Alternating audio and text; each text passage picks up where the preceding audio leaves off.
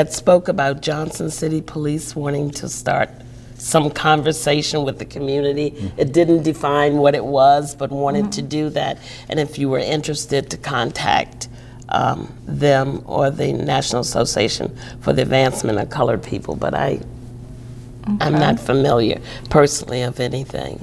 I've been to a couple of different meetings here in town, and I hosted one myself at one of the local television stations, and I can tell you that there's a great deal of energy surrounding it. What I think is missing, quite frankly, is leadership. We have some people that are leaders by position as opposed to leaders by default, and I think that that conversation space is vacant. Our political leaders, our organizational leaders, we need to be following their lead and their vision. What is their vision for the city, their vision for the county, their vision for their business, their vision for their school? Who do they want this organization to be? And then we ought to be able to choose, well, I agree with that, and I'm gonna get behind you. I wanna help you develop that. Sort of like the email that you received about Johnson City Police wanting to do some things differently. But I think that for the most part is vacant.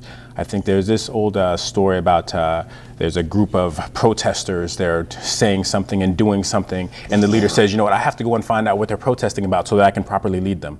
I think that's completely inappropriate and ineffective. I think the leader needs to take the time themselves, dig inside yourself. How do I feel about what happened in Ferguson? Now let me express that with my team of fellow leaders who are helping me lead this organization. This is how I feel, this is how I think it should impact our organization. Are we all on board together here? And there are some difficult conversations that happen there. I mean, race and economics, and in this case, unfortunately, violence can rip some things asunder in us. And if we don't take advantage of that opportunity to explore it, then we are left with these feelings unresolved. And that's inappropriate. And I think the difference between Ferguson and Binghamton is just geography. It could happen here tomorrow. Yes. Do you think people fear the more they talk about it, that things happen? Yes, I think fear drives a lot of what we do or do not do. I refuse to believe that the folks that are walking in the streets in Binghamton think, well, this is just a fine place, or I should say Broome County, the entire area, this is just a fine place and everything's okay. No, they don't. I mentor a few young men here in town, and I can tell you that they don't feel that way. I've had my own interactions with the police, and I used to have a small business here in town, and I would go and make my deposits each evening. And I had to stop doing it because I would stop probably every fourth or fifth time driving down Main Street.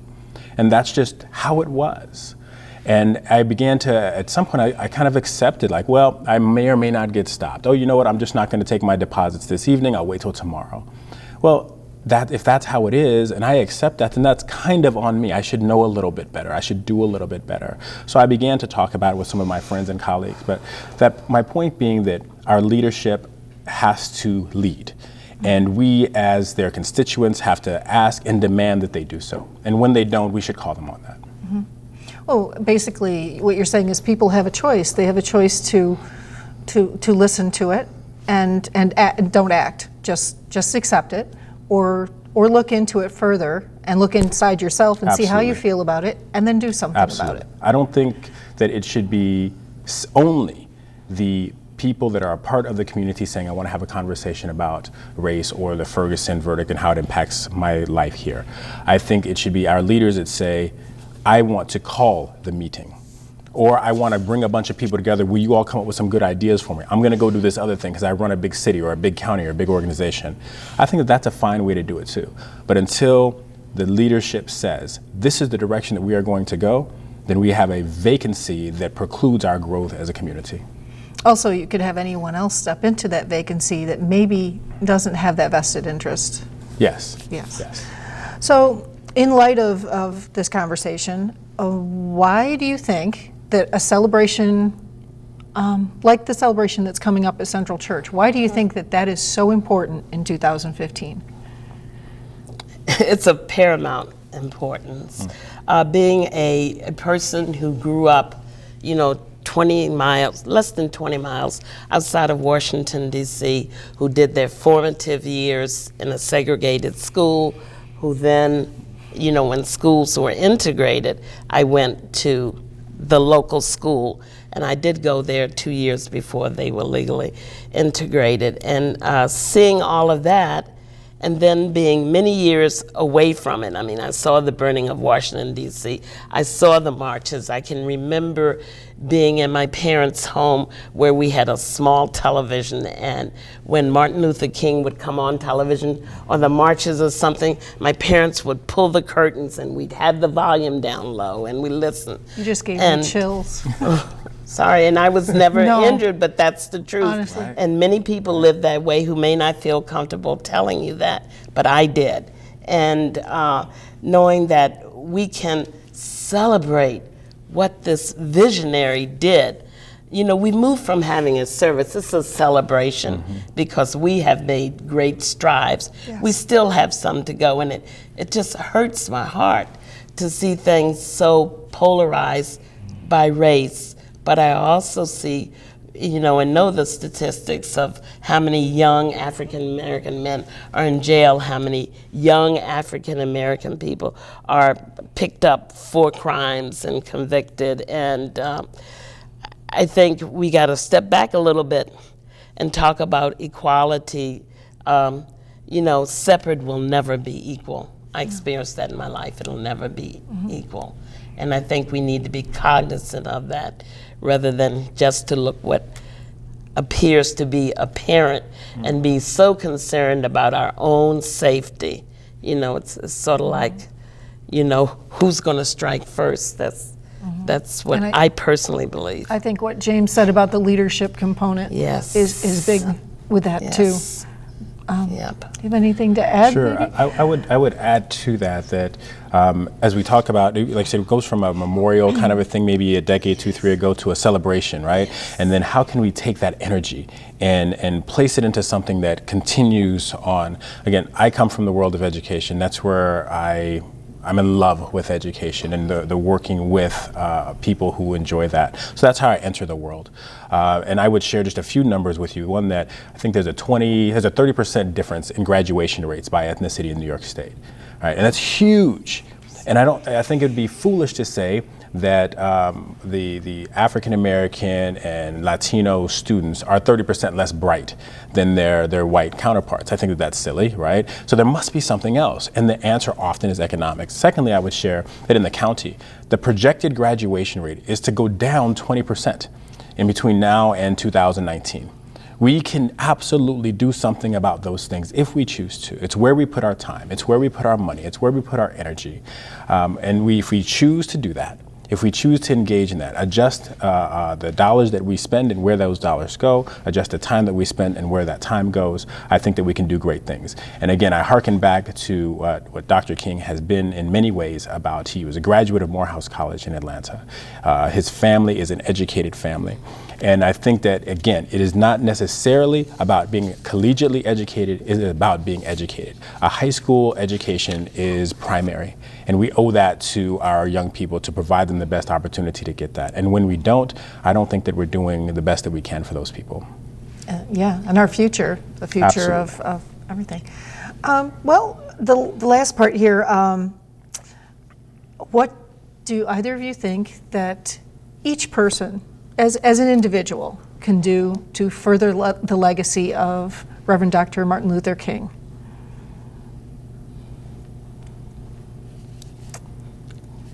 I personally think that each person, regardless of color, needs to be aware of what they believe about others. I think they need to somehow think about, how do I feel? I mean, how do I feel when I see someone of a different color, of a different ethnicity? Does that invoke anything in me? And I think they should come out to these celebrations and things. I think people so often are guided by fear, and there's nothing to fear about this. There's more things that we share in common than we don't. Being a human being, Yes. for example. Yes. And I would add to that, if a celebration is too big for you, if it's too much, too big of a step today, then maybe just a little stretch of asking a friend a question that might be outside of your comfort zone. How has your experience been with this? And then just to take some time to listen to what they have to say, then express what you have to say. A little bit of discomfort can go a long way in terms of deepening of relationship and deepening your understanding. So again, attending the celebration, maybe way too much for some of us. But if I know one person, can I say, what did it mean to you? And for maybe my answer is, you know what, they have a white sale at Sears, and so I go and I get a 20% discount. And that's what it means to me. That's a fine start.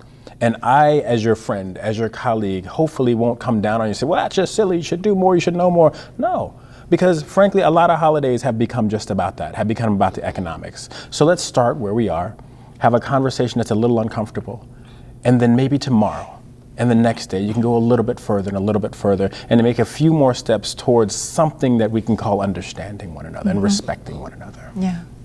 Yes. Well, we're going to put up on the screen here, we'll put the information up for the Celebrating the Life and Legacy of the Reverend Dr. Martin Luther King Jr. That will be on January 18th at 3 p.m. at Central United Methodist Church. That's at 17 Nanticoke Avenue, and that's in Endicott. If you would like more information about that celebration, you can always call 607-754-6060. I'd like to thank Mr. Pogue for joining us today here. James, it's been a pleasure. Donna. And more information, your website was? thecollegedoctor.com. thecollegedoctor.com. In closing, I really I can't wait to go to the celebration, honestly. I think that the music was wonderful. Last year I had such a wonderful time. The whole ending where everyone becomes human together in a room with candlelight and just the whole feeling of, I hope that people will come out for it and join you all. And I guess that's... We are going to have wonderful music again this year, which I neglected. They always do to at say Central. Soloists and instrumentalists and, congregational sings. It's going to be really nice. Yeah. Well, are you going to be in the area, or? I unfortunately will be out of town. Traveling. We're out of town. However, I know Stacy, and I think she's a wonderful speaker, so I advocate for her strongly. And I happen to know that an organization she's a member of, Delta Sigma Theta, is hosting a private screening of Selma later this week. So I would encourage people to attend that if they so chose, as again a step towards doing something. But congratulations in advance. I hear wonderful things, as you say, about the festivities last year. So congratulations in advance. And will there be food? Yes, there will be delicious food, and it's free. We have a reception downstairs. Stay as long as you want. That is one of the positive things about it. We are amazed at how many people came downstairs the last week and how long they stayed and hang talked. out and talk. Yes. Make a new friend. Yes. Well, thank you again. And you're welcome. Thank you. this again, I'm hoping that you'll join us for the celebration on Sunday. And this has been Kelly Devine. May your day be blessed.